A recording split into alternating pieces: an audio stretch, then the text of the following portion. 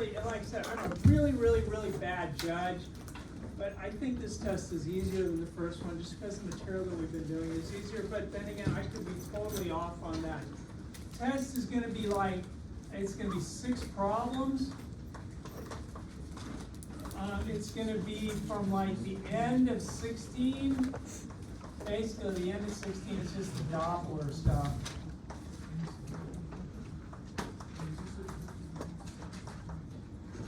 Okay, and 17, 33, and I will get all 34 finished today, but I'll probably do some more examples on Wednesday. I really covered all the material on 34, but I'll probably come back and do a couple more things on Wednesday. As far as stuff to remember, well, the Doppler effect was just that equation, the frequency heard by the observer, is frequency of the source times V plus or minus the velocity of the observer over V minus plus the velocity of source. I would give you this, so I don't expect you guys to memorize that thing. Thing is to be able to use it. I don't know if that's going to be on there.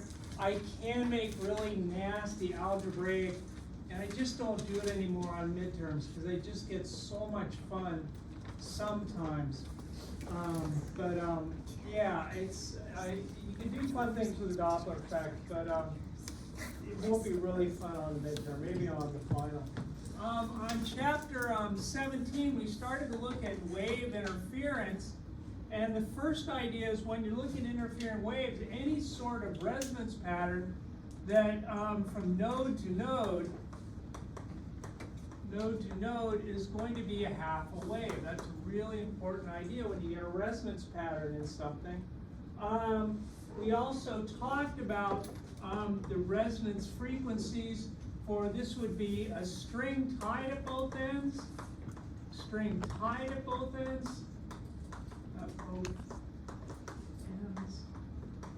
or you could use this for an open tube. Open tube, you could say that the resonance frequencies are going to be NV over 2 times L.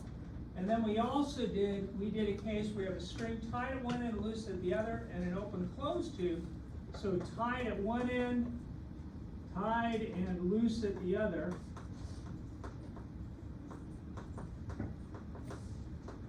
And like I said, you could say an open closed tube.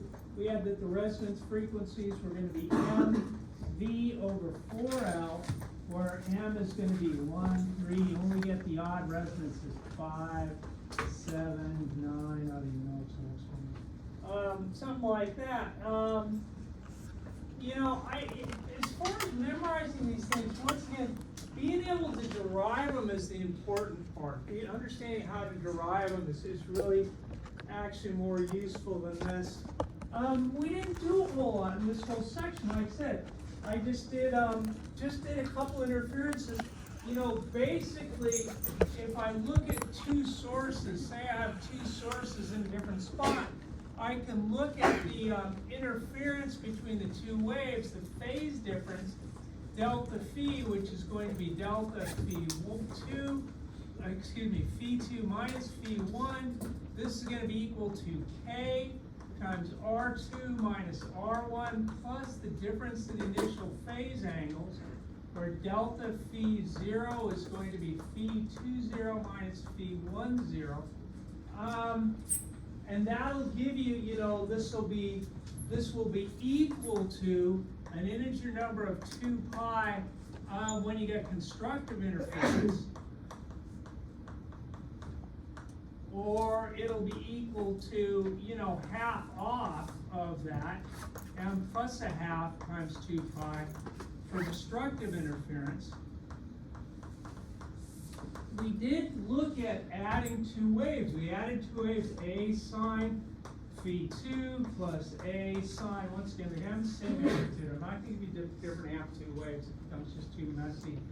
Phi1 like this, and we said you could add these up and say this was 2 times A times the cosine of delta phi over 2 times the sine of phi2 plus phi1 over 2. I wouldn't expect you to memorize this thing at all. I'd give you this.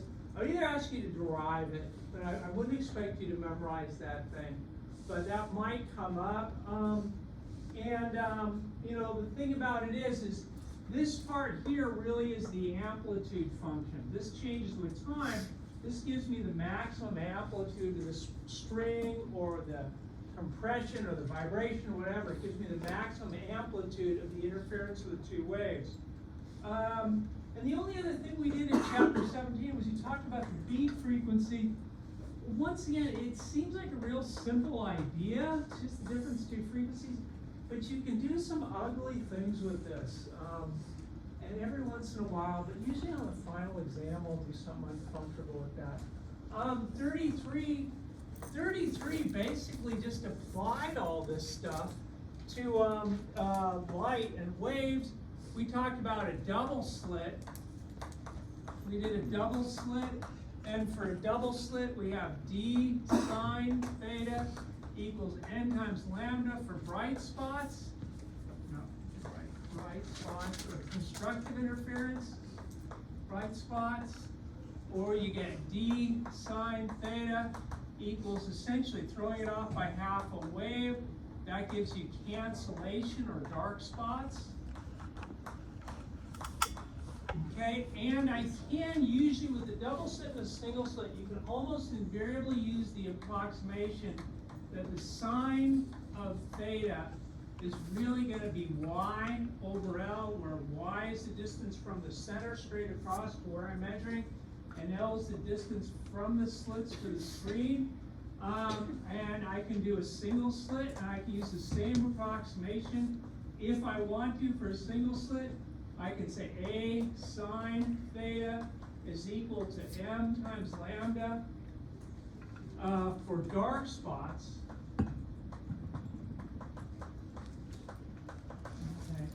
dark spots, and like I said, why we can't find a formula for where the bright spots are, it's actually really kind of interesting, but I just don't have time to get into it. They do say that for a diffraction grating, I can use this same thing, diffraction grating. I can use this exact same equation. The problem is with diffraction gratings, first of all, I can't use small angle approximation very often because it's usually bigger angles. And the other thing is they'll never give you D, so how am I going to figure out what D is? Well, D is going to be 1 over the number of slits per meter. That's the easiest way to find D, is just change it. They'll give it to you as how many per centimeter or how many per millimeter, and then you multiply to get how many per meter by whatever you need to multiply by, and then you invert it, and that'll be D. And, you know, as far as remembering stuff, like I said, it's just, we don't cover a whole lot in this class. There's not a lot of equations. It's just how you apply them is going to be fun. Now, the very last thing we got into is 34. 34's barely got anything in it. 34 is a real brief introduction to optics, which I will finish today. The basic idea is Snell's law. N1 sine theta 1 is equal to N2 sine theta 2, like that. And then if you keep that in mind, and if you look at a light reflecting off a nice polished surface, the angle coming in will be equal to the angle coming out. That's, you know, pretty familiar for most people. The fact that the index of refraction n is going to be c over the velocity of the material. What else did I want to say about this? You know, you can do total internal reflection by thinking of the refracted beam going to 90 degrees. We just finished this idea that n1 over s plus n2 over s prime is equal to n2 minus n1 over r, refraction of the spherical surface. Be careful with this. R is positive if it's convex toward the object. It's negative if it's concave toward the object. Okay, if I have an object out here like this, then R would be positive. If it's curved like this, if it like is concave toward the object, and that's going to be an interesting question, where you want to put your object on these things. You will see that we'll do that. We'll do that. Like what's tricky with this is yeah, R's plus or minus, and I have to look at the problem and I have to say, you know, if I have some sort of problem where I got, and we'll do a bunch of these today, so hopefully it'll make sense. If I got some sort of problem and this is convex toward my object, whatever radius this is, you know, 60 centimeters, whatever, I would call that a positive 60 centimeter radius. But if I had some sort of radius like this is concave toward this, and if this was 50 centimeters, I would say R is equal to minus 50 centimeters, because it's concave toward the object. There are two things that I haven't gotten to, but I will do today, and at least one of them is going to be on the test. Let me put it up here. We will do, but you've done this in lab, so this really should be familiar. We're going to do Snell's law, the thin lens equation. The thin lens equation says 1 over s plus 1 over s prime equals 1 over f, and we're also going to talk about the lens maker's equation, which is 1 over f is equal to n minus 1, and I'm actually going to do this more generally in class, times 1 over r1 minus 1 over r2. Okay? And that's really the end of chapter, that's really everything in chapter 34. Now there's, like I said, there's always some fun things you can do with some of this stuff. But as far as the material, that's really the end of it. Anybody got any question on list or anything? You know, it's hopefully you've done it enough so that it kind of looks familiar, yeah? When you say equals into 5, what is that equal to? Which one? Or with, okay, unconstructed and deconstructed, the Yeah. into 5? Yeah, it's an integer number of 2 pi if you get constructive interference. It's really, once again, it's the idea, if I had those, you know, wave things, if I move it a whole wave distance, right, or an integer number of 2 pi as far as the phase goes, you keep lining up crests with crests. If you move it a half a wave, you actually wind up lining up a trough with a crest. Okay? Like I said, those pictures for me always help me understand this a lot. Not that I do it all, but anyways. Anything else? Yeah? For the notation for the dark spot for the double slit, why is it m plus 1/2, and then for the single slit for the dark spot it's just m? You want to call it M? Call it M. I call it, I'm sorry, yeah, it could be anything. You know, M and N represent integers, so they represent, I'd like to use a different letter, it's just a counter. This is 0, 1, 2, 3, 4, 5, 6. This thing is 0, 1, 2, 3, 4. So sometimes they'll call it P just to use something different, but it's just a counter.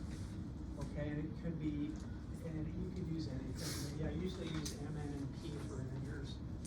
And then Okay. for the single slit, would the m be, would it be always an odd number? This thing? Yeah. No, this worked for any M, which is weird. Okay, so there'll be, you'll see the first order interference pattern at M equals 1. That's the first dark spot. M equals 2 is going to be the second dark spot. M equals 3 is going to be the third dark spot. Yeah, it's weird. It's tough with this stuff because people start to get counters mixed up. I mean, when I did this thing for like the open close tube, yeah, M has to be just an odd integer. But M in this case, like I said, it's very commonly done that they'll do N for a double slit, and they use M for a single slit interference pattern, diffraction pattern. Yeah, it's just a counter. You just gotta recognize what the counter is used for, which is tough. It's a lot of stuff.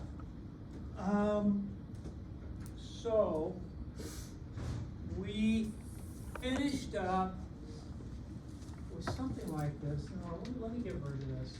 We finished up last time with refractor. I want to show both of these things, and that's really all I want to do is I want to show that and do some stuff with those today. So we ended up last time with refraction of the spherical surface. Refraction at a spherical surface. One once again, it's kind of an interesting question. I mean, why don't we talk about a parabolic shape, which would actually could give you a lot more interesting things? We just don't do that. There are advantages and disadvantages to it. We just did refraction of spherical surface, and I said if I had some sort of, object like this, some sort of like material with a curved surface on the front, and I stick an object out in front of it at some distance s, I could say it's going to make an image inside. Now it doesn't necessarily, I screwed up in the last class, I didn't put this far away. It is possible if I move this close enough to this surface that I get a virtual image, and that's okay, right? A negative image, a virtual image is okay. It just means light doesn't actually go there. But I'm going to pretend I get a real image like this down here, and this distance would be s prime. And you would say, well, if there's some index of fraction out here and some index fraction in here, I get n1 over s plus n2 over s prime is equal to n2 minus n1 over r. Once again, I do have to be careful about what the curvature of r is. Okay, which way r curves toward the object. Okay, what I'm going to do is I'm going to combine it. I'm going to do two of those things. I'm going to leave that up, and I'm going to do it twice. I'm going to do the same exact thing first, but then I'm going to put a backside on it. So it goes through, and it's like a lens. So the front of my lens looks something like this. And I'm going to put an object out here. There's my object on my optical axis like that. And I'm going to say that this is out at some distance. Let's call it S. It's in some material. Now, normally in the book, they'll call this material out here air, so N can be 1, but I want to do it in general. This, like, thing that the light's going into. And like I said, you'd say, this is a stupid problem. It kind of is, but it's leading to something else. Okay? This is going to be some different index of refraction. Let's say this is N2. N2 like that. And just like we did back there, you'd say, I get some sort of an image back here, and this distance from here to here is going to be S prime, and I can write down the exact, like I said, I'm doing the exact same thing I just did. I'm just going to do it twice now. If I look at this, I can say N1 over S plus N2 over S prime has got N2, not N squared, N2. It's got to be equal to N2 minus N1 over, let me call this first surface R1, because that's first side it hits. That's going to be a positive R1 like that. R not a P R like that. Okay. Now what I'm going to do is I'm going to complete lens. I'm going to cut this out and I'm going to put another piece cut that out right there like that. Now remember, the light coming from here still makes an image down there. The image from this side of the lens is down here somewhere. And you guys hopefully did something like this in the lab. I know people in my powered lab did. But this is a virtual object. Light's not actually coming from this spot, but to this side of the lens, this is the new object distance. And you'd say, wait a minute, it's a virtual object. Doesn't it have to be negative? It does have to be negative.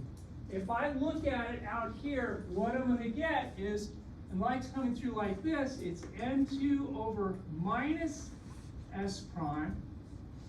Okay, because once again, light, even though it's going through here, it's starting in this place. It appears to have come from here.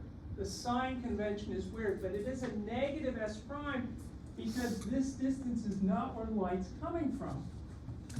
Plus, it goes out into the air. That's going to be N1 over its final image distance, which let me call it S1 final maybe? No, yeah, something like that. I'll get rid of that after. That's got to be equal to, well, these two switch places, so they got to switch places here. That's N1 minus N2. And then over R2, okay, so this is going to have some different radius here. This side's going to have a different radius. Let me call it R2. And once again, I got to be careful about the sign. Remember, it's positive. R is positive if it's convex toward the object. Here's the object. Is R2, which is this side, the second side it's hitting, is this convex toward the object? You'd say, yeah, that's positive. So this is going to be just over R2. which doesn't seem to help a lot because it looks like a real ugly mess. But you'd look at it and you'd say, you know what? These two terms, if I add them together, are going to cancel each other out. And that's what I'm going to do. I'm going to add these two things together.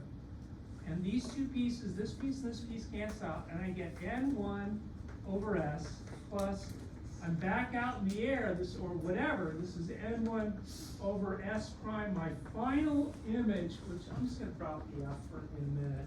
But this is going to be equal to, now when I add these two together, it looks really bad at first.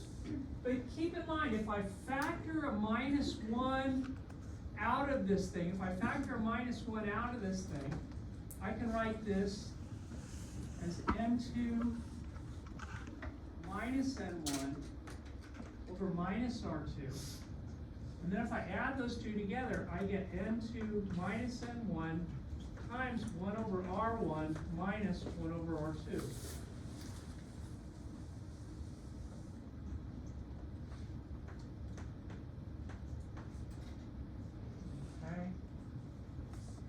Still really haven't finished it. This is actually a real general. The book doesn't even like to do it this way. There's a problem toward the end, like in the what do they call them? The whatever, the harder problems, God dang, I'm totally going the wrong words. But whatever, there's a problem toward the end where they ask you to do something like this. And if you keep in mind that in general, if you have refraction through a lens, a thin lens, once again, there's a lot of phoniness in this because you would say, wait a minute, this distance and this distance aren't the exact same thing at all. Why am I saying S1 for this and S1 for this? You're right, I'm ignoring the thickness of the lens. This is really kind of fake, but it works pretty well as long as the lens is pretty thin. Like I said, I'm making a lot of approximations in here. But I can write this as 1 over s plus 1 over s prime, I'm just going to divide the n1 out, equals n2 minus n1 over n1 times, this is going to be 1 over r1 minus 1 over r2. Okay. That's more general than what the book does in the book. The book really drops the n1 and just calls this 1 because 99% of the time you're doing these problems, you're doing a lens in air. So what the book will do is the book will write this as 1 over s plus 1 over s prime is equal to n minus 1 times 1 over r1 minus 1 over r2. They will say that this is 1 over the focal length. That this really is my lens maker's equation. They will say 1 over f equals n1, n minus 1 times 1 over r1 minus 1 over r2. They'll call that the lens maker's equation. And I'm going to come back and do a couple of those because I can figure out what the focal length is for a lens, okay? So this is called the lens maker's equation.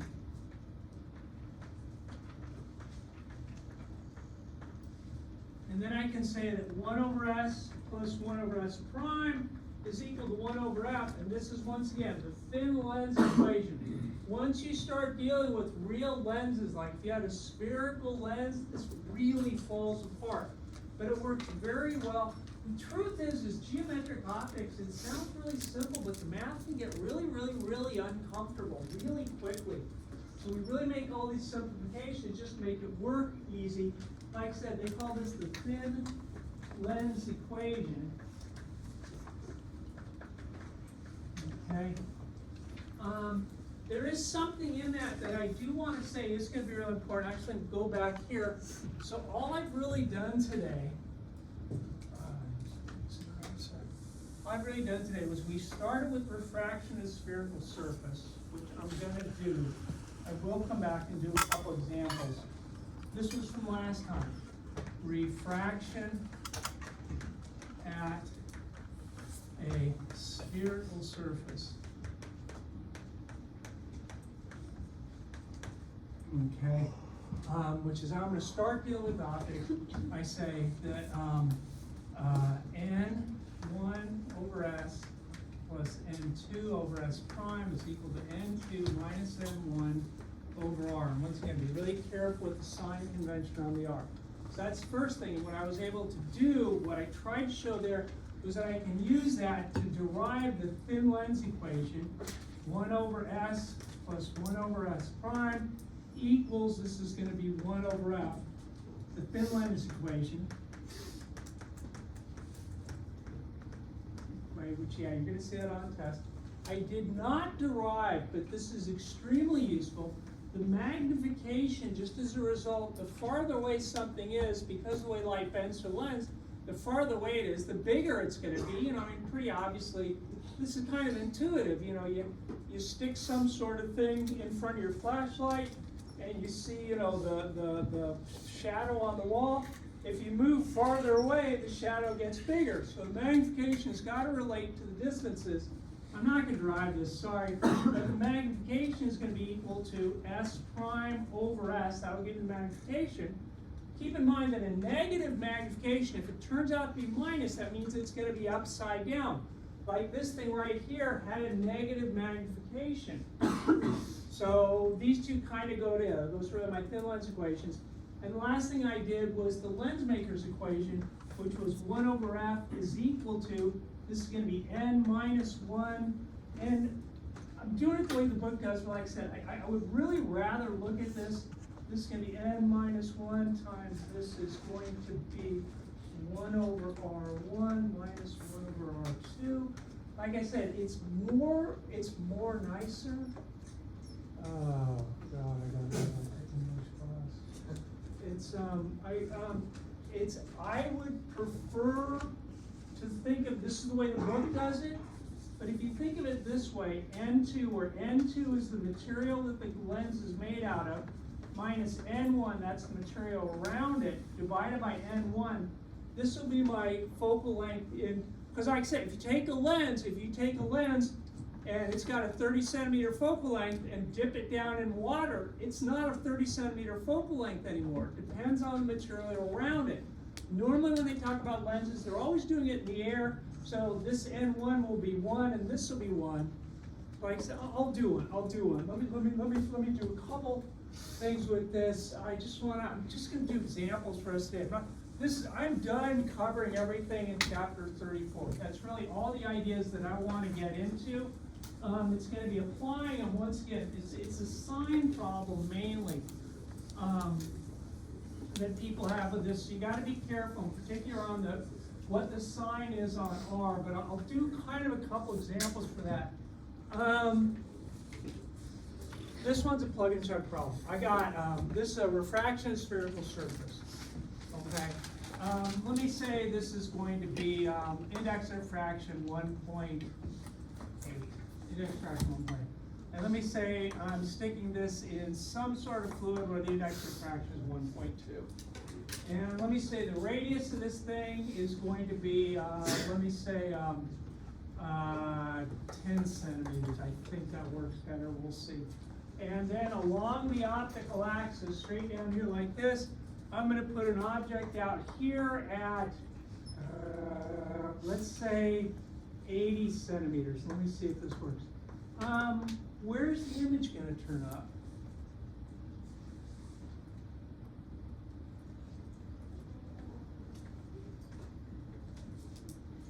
And I think it's going to be real. If it's positive, it's a real image. It might be negative. I don't even know what's going to happen.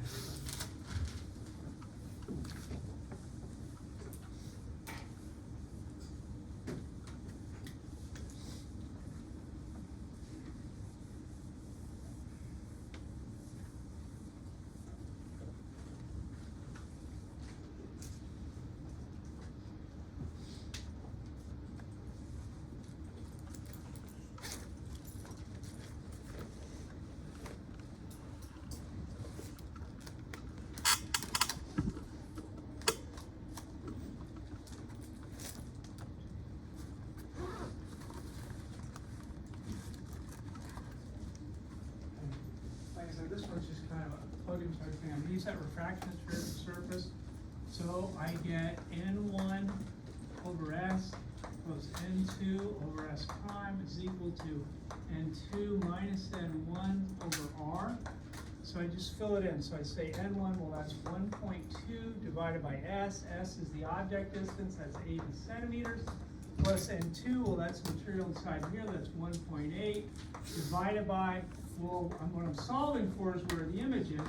This is going to be 1.8, sorry, minus 1.2 divided by R.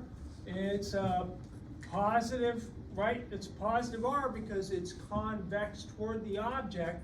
So that's going to be a positive 10 centimeters. The thing that's weird about this is that, and I tried to do this with the real image, I tried to, but even if you get all sorts of weird things, like even if you know, you just imagine, you know, what if I got a negative up here? You get a negative, that's okay. Remember, a negative sign, if I solve for S prime, just means it's a virtual image, and that's okay. It's okay to have a virtual image. It just means the light doesn't ever focus there. And it would kind of, you know, if you think about it, a lot of times drawing these things, even if the drawings are extraordinarily bad, can be helpful. If I was to put an object like right here, this light hits here and it goes like that, this light hits here, it bends off like that, and I go, wait a minute, I'm going to get a virtual image back here somewhere just by doing a quick sketch. So as useless as they are, as far as computations go, I think the ray diagrams can be really helpful sometimes. I'm going to do another one of these, and the ray diagram should help a little. Actually, I'd like to do a lot more, but I'm not going to. If you solve this for S prime, what do you, oh man, this is going to be 0.6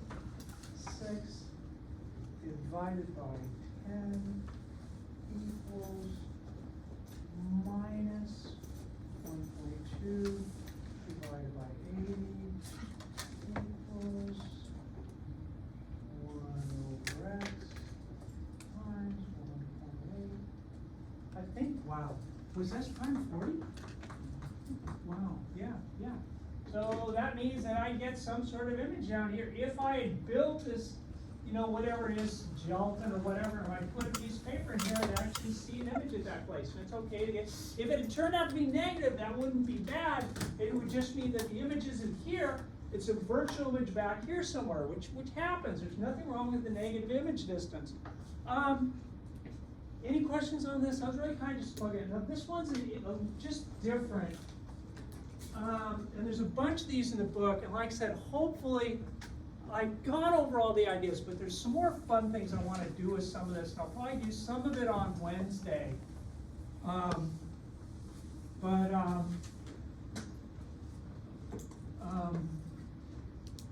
fish tank. And outside the fish tank is air, so that's N equals 1. Inside the fish tank is water, so that is going to be 1.33. And there's a fish inside. Now I put a little tape measure or something, or a rock or whatever, and I measure the distance to this fish inside. The actual distance, this distance right here, which I'm going to call S because that's where the light's coming from, is going to be, let's say it's 10 centimeters. Like that, it's 10 centimeters, okay? When I look at it, where is the image? Where does the fish appear to be? And you're all saying, well, the fish is going to be inside there. Okay, once again, I can do this mathematically, but let me just really quickly draw a real bad ray diagram for this thing. Okay, I know that when light goes from a slower to fast material, it bends farther away from the normal. So this ray is going to come like this, it's going to bend something like that. This ray is going to come like this, it's going to bend something like that. This ray comes like this, and it bends something like that. And I go, wow, it kind of looks like these rays are all coming from back in there. So the ray diagram is telling me that, you know what I should get? I should get a virtual image inside there, not where the light goes to. So my S prime, my image distance, should be negative, right? Because it's not a real image. It's back over here somewhere. Try to solve it. It's just this thing. There's a couple problems in the book with this. Matter of fact, there's a couple fun ones. I might try to do some of it on Wednesday.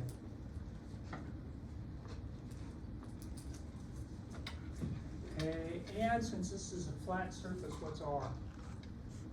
The radius is infinite, right? Right, flat surface, radius is infinite. So I get N1, which is 1.33. That's where the light's coming from. So it looks weird, so I'm going from right to left now, but where the light's coming from, that's the S, and the index of fraction for it is going to be 1.33. Its distance, its actual the actual measured distance here, not where I saw it at first, I'm gonna see it in a different place, is gonna be, this is plus 1 over s prime equals, this is 1.33 minus 1 over infinity, which is a real bad thing to say. You math teachers scream, you don't put infinity into an equation. But I say, wait a minute, if this gets really, really, really, really big, yeah? Is it the 1 and 1.33 switch? If it's Okay, yeah, you're right, thank you. Okay. But as this gets really, really, really, really, really, really, really big, what does this all turn into? 0, right? So you're divided by a huge number. So this whole thing is 0. So I'm wound up solving this thing, 1.33 over 10 centimeters plus 1 over s prime is going to be equal to 0. And you can solve that for s prime. And once again, you'll see pretty quickly, yeah, it winds up being something negative. And divided by 1. And divided by 1.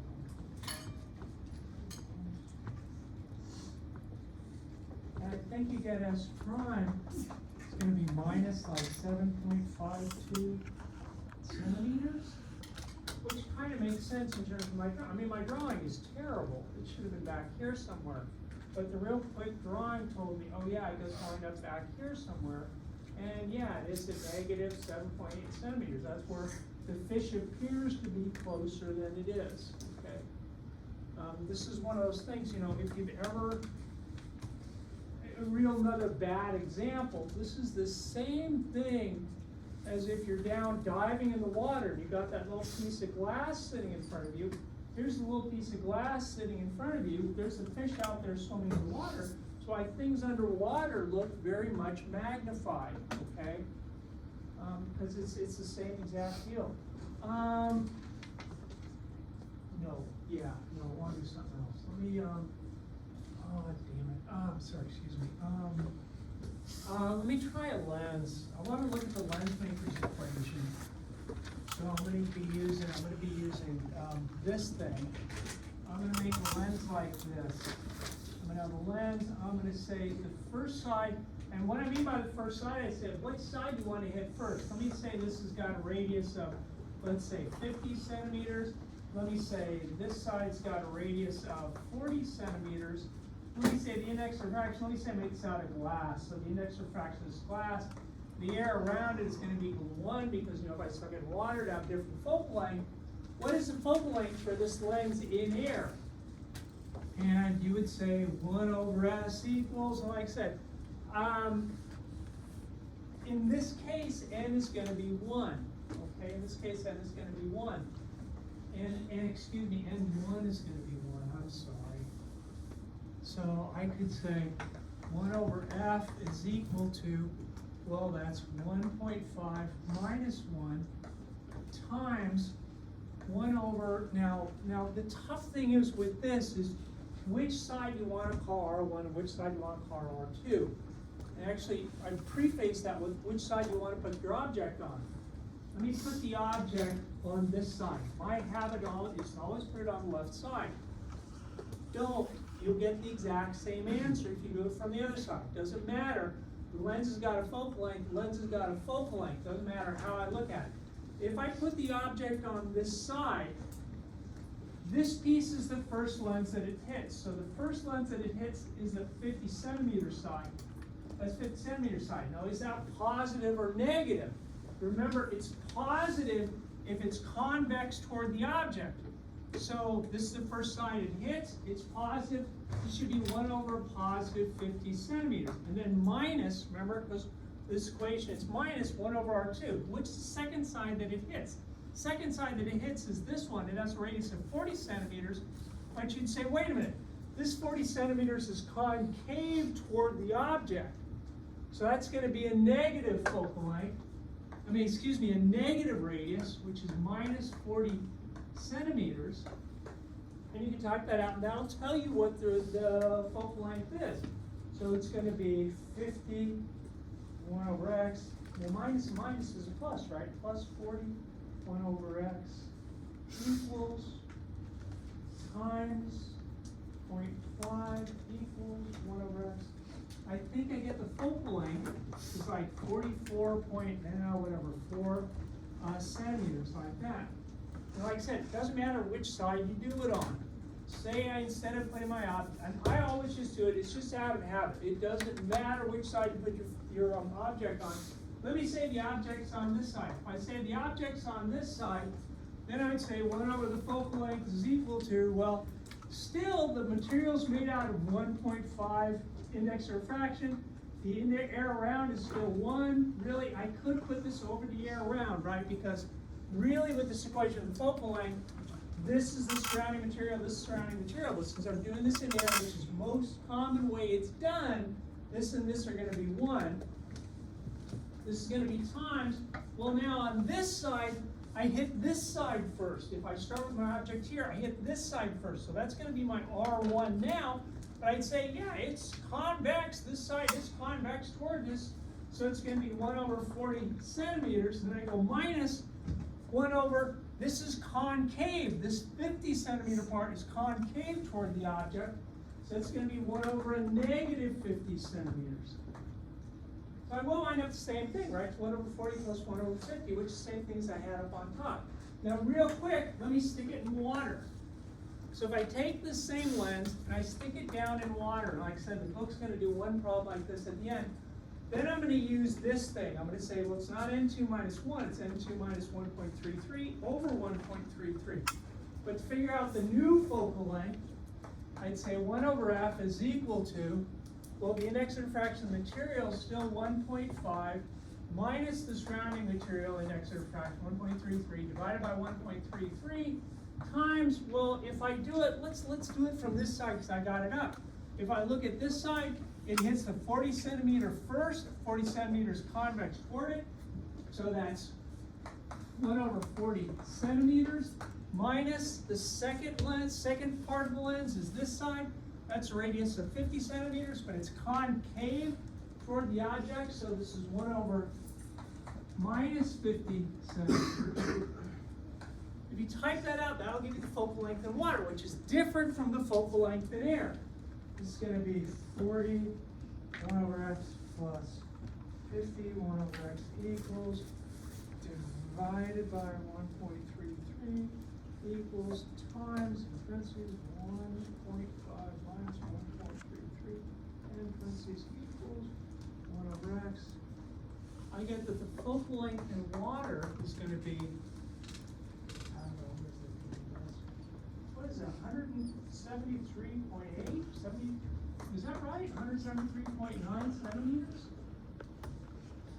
I think that's where the decimal is. Yeah.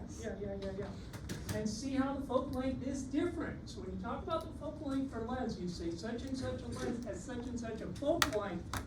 They're really meaning in air, because you always do this in air. If you put it in water, it will have a different focal length. If you put it in oil, it will have a different focal length.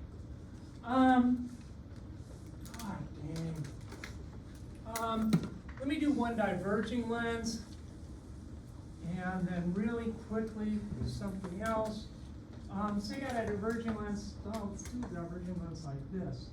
I got a lens cut like this, and this side's flat, and this side has a radius of, let's say, 60 centimeters. Let me say the index of refraction state's made out of glass. And once again, I'm just doing this in air. What's the focal length of that weird looking lens? And the thing is, the straight up and down line, what's the radius on this side? Straight would be the radius of infinity, right? Which once again, everybody's saying is supposed to be a concept. You know, we're really sloppy in physics. Just put infinity in there and see what happens. You're really supposed to be thinking of it as a limit, but whatever.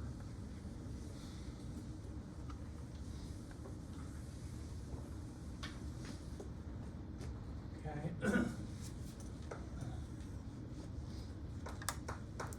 I would put an object on the left. If you put an object on the right, you will get the exact same answer.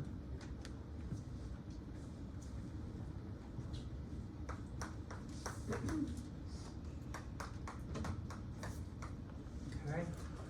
It's this thing because n is 1. This is just the index of refraction material minus 1 over 1 times. The fun part is getting signs right on the radius. If you look at this thing, this side, since I picked this side, like I said, if you did it on the other side, you get the exact same number.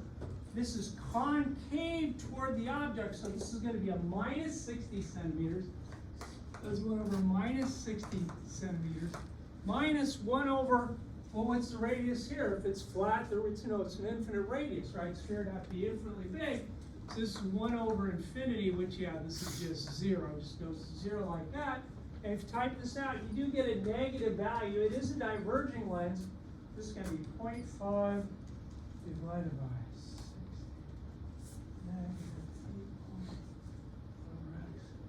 I think you get the focal length's like minus 120 centimeters.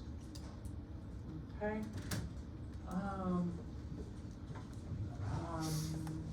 Yeah, people usually do okay with these things. Real quickly, I want to look at, and I will look at some more of these, and I may do some ray diagrams next time. Didn't get time to do it. Hopefully you did some in lab. Ray diagrams are things that I do. It talks about it in the book, but it's nice to show you a couple of examples.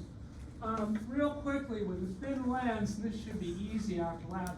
Here's my imaginary optical axis that goes through there. Say I put an object here, and let me say this is going to be, let's say 80 centimeters. Let me say the focal length is going to be 30 centimeters. What is the image distance and what is the magnification? Like I said, next time, hopefully I will draw some ray diagrams and hopefully it'll make a little bit of sense.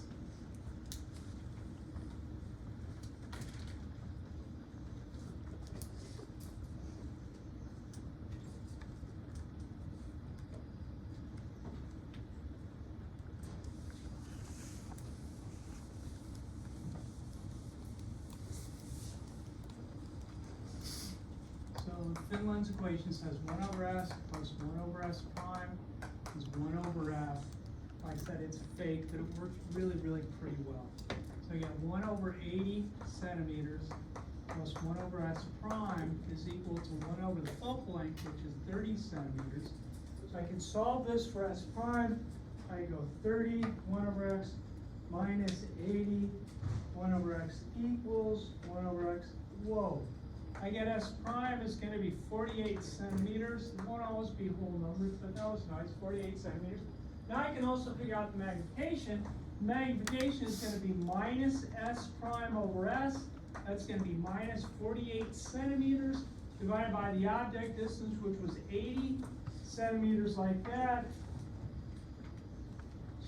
So this is going to be minus 0.6. Okay, magnification will have no units. The minus sign means that it's upside down. Okay, since my image distance was positive, I know I have a real image. I know there's some place where I can see the image. Okay, I know the image is on the side the light goes to. I haven't done this with mirrors at all, but the mirror stuff is almost exactly the same. I just don't have time to get into it, but if you ever have to do that, it's really similar to this. It's going to be upside down, and it's going to be about 60% as big. Anyways, thanks for coming.